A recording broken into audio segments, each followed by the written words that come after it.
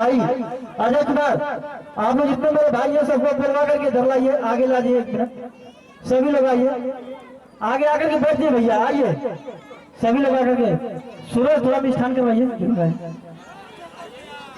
और आप लोग भैया बैठ जाए। गुलशन जी, मैं रिक्वेस्ट कर रहा हूँ हाथ जोड़ करके कि आप लोग इस पे बैठ जाए साहब, और मुख्य अतिथि जी की बातों को बहुत ध्यान पूर्वक सुने। एकदम बिल्कुल बदलाव आएगा साहब। जी जी साहब, जी बैठ जाइए, बैठ जाइए, बैठ जाइए आप लोग जी। भाई चलो इज्जत से बैठ चलो बैठा बैठा बैठा क्यों बोलता है। कुछ कहने से पहले इस गाजीपुर की शहीदी धरती गहली बसारिकपुर में के वासियों को क्रांतिकारी जय भीम नमो बुद्धाय पेश करते हुए अपने बातों को प्रारंभ करने से पहले संतों में संत गुरु रविदास जी के चरणों में नमन करते हुए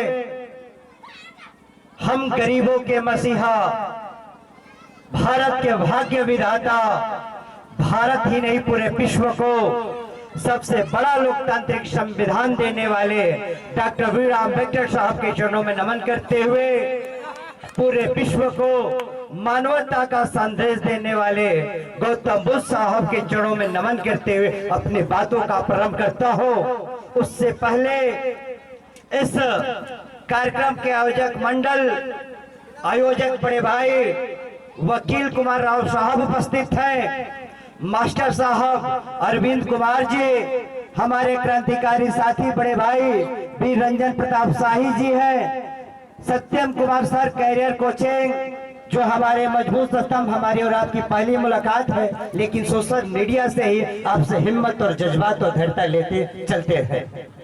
और अगले कड़ी में पीयूष बाबा प्रधान प्रतिनिधि जी, पारसनाथ मास्टर साहब, नागेश्वर राम साहब अध्यक्ष, जवाहर प्रधान अध्यक्ष जी, मंगला राम जी, श्यामा बाजार दास जी, रामचंद्र राम जी, प्रभुनाथ राम जी, ललन राम जी, बसंत राम जी, जयराम राजभर जी, सुदर्शन जी, चंदन जी, सुनील कुमार बौद्ध जी, हीरालाल मास्टर साहब, नागेंद्र यादव जी, जेपी बौद्ध जी, क्रांतिकारी साथी विशाल फ्लेक्स दुल्हापुर बड़े भाई, बावन गौरी महामंत्री जी, परमानंद मास्टर साहब जी, समस्त युवक मंडल दल और यहाँ पे उपस्थित हमारी बहनें, हमारी माताएं, हमारे युवा साथी, हमारे अभिभावक तुल्य पिता तुल्य लोग, आप सभी को पुनः क्रांतिकारी जय भीम और जय गुरु रविदास करते हुए मैं कहता हूं साहब बस 10 मिनट हम लेंगे, लेकिन हम भाषण नहीं, हम आपसे निगाहों में निगाहें बात करने आए साहब। मैं जितेंद्र कुमार धनराज, हमारी जन्मभूमि भी गाजीपुर है और कर्म भूमि इलाहाबाद, लेकिन उससे पहले मैं कहता हूं साहब, हे भारत के युवा जगो, हे भारत के युवा जगो, हम तुम्हें जगाने आए हैं। हे भारत के युवा जगो, हम तुम्हें जगाने आए हैं और 100 ग्रंथों का एक ग्रंथ संविधान बताने आए हैं, संविधान बताने आए हैं। साहब आपको लगता होगा कि मैं इलाहाबाद से चल के क्यों आया, ये दौर है बोलने का, इसलिए मैं बोल रहा हूं। आज संतों में संत गुरु रविदास जी का जन्म महोत्सव इस गाजीपुर में नहीं पूरे भारत में मनाया जा रहा है, लेकिन ये सोचिए कि एक जन्मदिन, किसी का जन्मदिन होता है तो एक गांव में मनाया जाता, एक शहर में मनाया जाता, लेकिन ये कौन संतों में संत गुरु रविदास से जिनका जन्मदिन पूरे भारत में मनाया जा रहा है, जो भारत के बाहर विदेशों में हमारे लोग हैं वो लोग भी मना रहे हैं। ये समझना पड़ेगा, यही हमारे महापुरुष हैं, यही संतों में वो संत हैं जो सत्य और असत्य का ज्ञान बताए हैं। उस जमाने में पाखंड को चुनौती देने वाले कोई था, कोई और नहीं साहब, कोई और नहीं बहन, कोई और नहीं चाचा, यही अपने गुरु रविदास जी हैं जो पाखंडवाद को चुनौती दिए। तभी वो कहे ना कि मन चंगा तो कठौती में गंगा। ये गंगा मैया, सतलज, यमुना मैया की बात को मत समझिएगा, हमको उनकी भावनाओं को समझना कि कर्म करिए फल मिलेगा। मन को साफ रखिए, घर में जो नाले है, घर में जो नल है, वही पानी सब गंगा सतलुज का सब है। वो बातों बातों का फेर है, वो बताने का कार्य किए कि संत विश्वास हमको दूर जाने का है। उन्होंने वैज्ञानिक के तौर पे तार्किकता पे बात रखे, तब कहे कि मन चंगा तो कटौती में गंगा। बेगमपुरा जैसा राज्य क्यों बसाना चाहते थे साहब? उस जमाने में जब हमारा कोई इतिहास नहीं था, ना हमारे हक में शिक्षा था, ना घर था, ना कपड़ा था, ना मकान था, कुछ नहीं था। लेकिन उस जमाने में भी हमारी और आपकी कोई बात किए तो बेगमपुरे जैसा राज्य बसाने का, तो गुरु रविदास साहब उन्होंने कहा कि ऐसा चाहूं राज में, ऐसा चाहूं राज में जहां मिले सभी को वन, ऐसा चाहूं राज में जहां मिले सभी को वन, छोटन बड़न सम रहे तब जाके रविदास रहे प्रसन्न, तब जाके रविदास रहे प्रसन्न। मेरी बहनों, मेरी माता, मेरे युवा साथियों, वो ऐसा बेगमपुरा राज्य बसाना चाहते थे जहां गरीब और अमीर समाप्त हो, गरीबी और अमीरी जहां ना रहो वैसा राज्य बनाना चाहते थे। आपसी में भाईचारा हो ऐसा राज्य बनाना चाहते थे। आपसी में छुआछूत को खत्म करके एक साथ बैठ के भाईचारा, बंधुत्व, समानता और न्याय की बात करे, वैसा बेगमपुरा जैसा राज्य बनाना चाहते थे जहां मानव मानव का प्यार हो, वैसा राज्य बनाना चाहते थे साहब। ऐसे थे आपके संतों में संत, और इतिहास गवाह है कि तमाम फहरिस्त है बहुजन महापुरुषों का। प्यारलाल यादव बेगमपुरा से लेके आप सावित्रीबाई फुले से लेके तमाम लोगों का इतिहास पढ़ेंगे तो सिर्फ संघर्ष लिखा है, और संघर्ष के साथ आपका जीत लिखा है और सत्य लिखा है, तार्किक के बाद लिखा है साहब, बस यही बात लिखा है, ये समझना पड़ेगा। और फिर जब हम हमारे तमाम अपने भाइयों को, अपने गुरुजनों को बातों में बातें जोड़ के, हम एक छोटी सी बच्ची थी, उसके बातों में बातें जोड़ के अपनी बात को मैं रख रहा हूं कि यूपी में काबा, ये देश की स्थिति क्या है, छुआछूत क्या है, बहन बेटियों की स्थिति क्या है।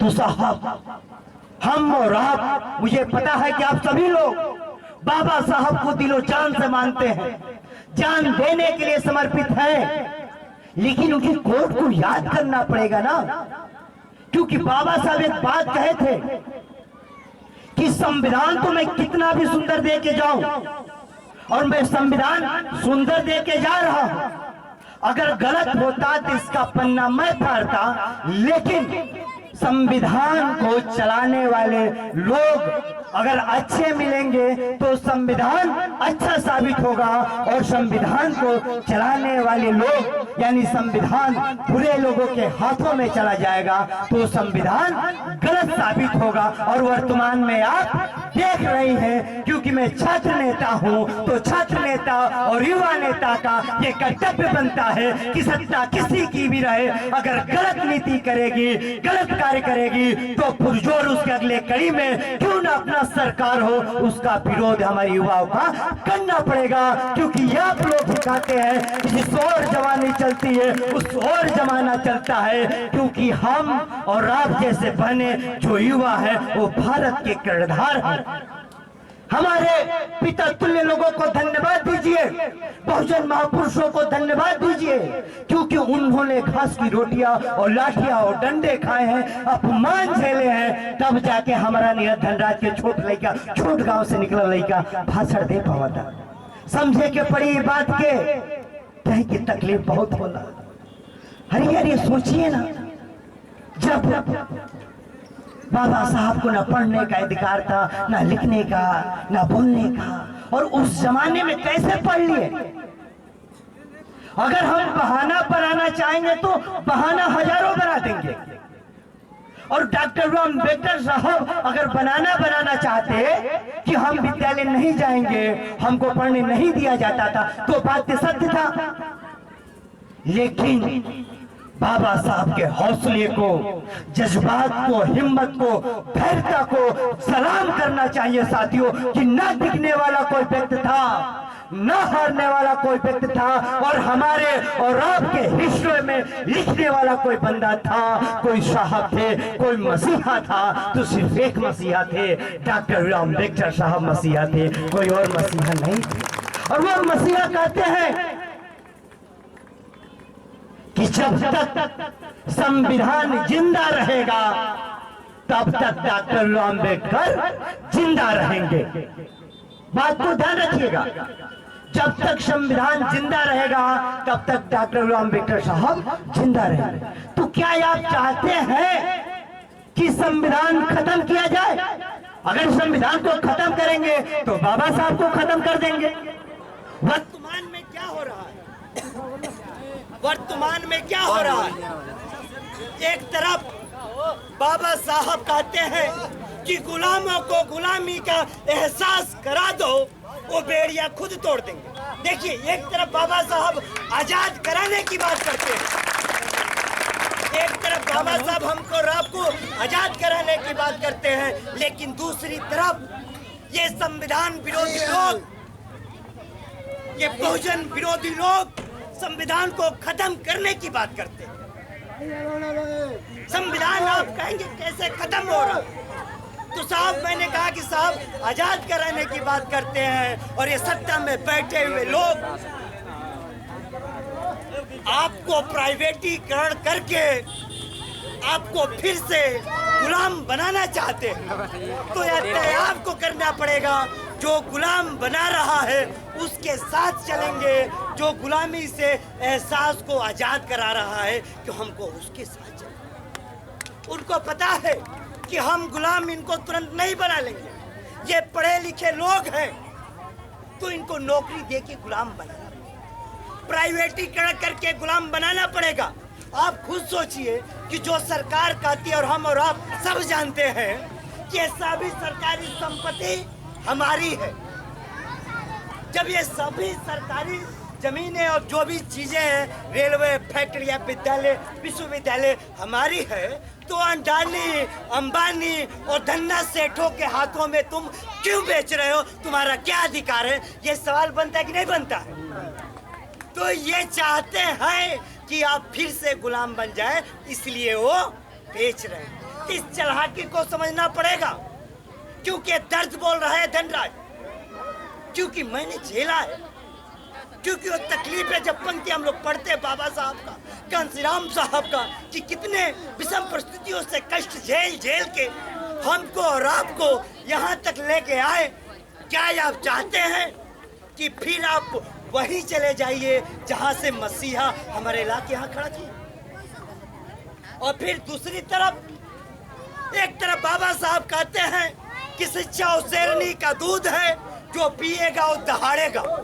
ये बाबा साहब कहते हैं, क्योंकि उनको पता है कि शिक्षा के बदौलत तक तो ताज बदल सकते हैं। शिक्षा के बदौलत डॉक्टर MP MLA और समय और मौका मिला तो 4 बार मुख्यमंत्री बना के आप जैसी महिला सशक्तिकरण की मिसाल सुश्री बहन कुमारी। हमारी बहनों को प्रेरणा लेना चाहिए। जिस समय हमारी बहनें, हमारी युवा साथियों को निकलता नहीं था, उस समय आपके समाज की बेटे निकल के मिशन मूवमेंट की बात करते। एक तरफ बाबा साहब शिक्षा को इतनी मजबूती देते हैं, और दूसरी तरफ ये सत्ता में बैठे हुए लोग, ये संविधान विरोधी लोग, ये शिक्षा विरोधी लोग आपका शिक्षा को खत्म करने की ही बात कर रहे हैं कि नहीं कर रहे? कर रहे हैं। जैसी ये सरकारें आई, 0 फीस बंद कर दी। 0 फीस बंद कर दी कि नहीं कर दी चाचा? 0 फीस बंद कर दी तो कौन करता था? हमारे आपके समाज का लड़का B.Ed करता था, BTC करता था, B.Tech करता था, ITI पॉलिटेक्निक तमाम कोर्स करता था, तो नौकरी पाता था। लेकिन उन लोगों को ये राज नहीं आएगी। वो सदियों से आपको दबाए हैं, अब भी दबाने का प्रयास कर रहे हैं, लेकिन हम और आप ये समझ नहीं पा रहे। ये समझना पड़ेगा इस बात को, क्योंकि उनको पता है कि इनको सिर्फ 75 साल आप मौका दिए। ये पढ़ के तो यार उत्तर प्रदेश की तख्ता बदलनी हो सकता है 2022-24 में दिल्ली की सल्तनत को संभालना। इनको शिक्षा से ही खत्म कर दो। इस शिक्षा को वो विरोधी लोग समझ जा रहे हैं कि शिक्षा कितना पावरफुल है, लेकिन तकलीफ होता है कि उस शिक्षे को हम और आप जैसे लोग नहीं समझ पाते हैं चाचा। तभी मैं कहता हूँ ना कि ये सरकार राशन दे रही है, मकान भी दे रही है, 500 रुपया भी दे रही है, लेकिन वो सरकार शिक्षा क्यों नहीं दे रही है? कुछ तो लोचा है ना। बहुत बढ़िया। क्योंकि शिक्षा इसलिए नहीं दे रही है कि शिक्षा से सवाल पैदा होता है, शिक्षा से सत्ता से सरकार बदली जाती है, शिक्षा से हक और हुकुम और अधिकार की बात करते हैं, अपनी बहन बेटियों को इज्जत को बचाने की हक और अधिकार की लड़ाई लड़ते हैं। शिक्षा वो चीज है साहब, और शिक्षा के बदौलत हमारे जैसा छोटा लड़का सूबे की मुखिया दिल्ली की सल्तनत में बैठा हुआ ये मोदी सरकार खुल के कहेंगे, क्योंकि हमारे मसीहा का संविधान खत्म करोगे। लहू का एक एक बूंद, एक एक कतरा सब तो बाबा साहब का दिया हुआ है। अगर उनके लिए बहाना भी पड़ जाए तो मैं गर्व करूंगा कि संविधान को बचाते बचाते हम मर गए। तब हम जाके कहेंगे कि हम तो अम्बेडकरवादी हैं और हम